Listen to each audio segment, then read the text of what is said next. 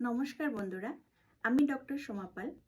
আমি আজকে আপনাদের সঙ্গে প্রেগন্যান্সি রিলেটেড কিছু টিপস শেয়ার করছি। মেনলি আজকে first trimester care in pregnancy share করব। Symptoms and signs. Symptoms mainly morning sickness, যেটা সকালে আপনাদের নজিয়া, ভমিটিং দেখা যেতে পারে। নজিয়া মানে বমি বমি ভাব করা বা ভমিটিং হতে পারে।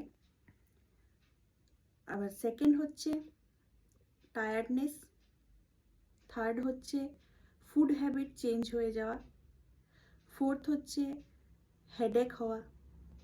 ফিফথ হচ্ছে গিডিনেস, লিথার্জি, ফ্যাটিক, মানে আপনাদের দুর্বল ভাব করা, ঘুম পাওয়া।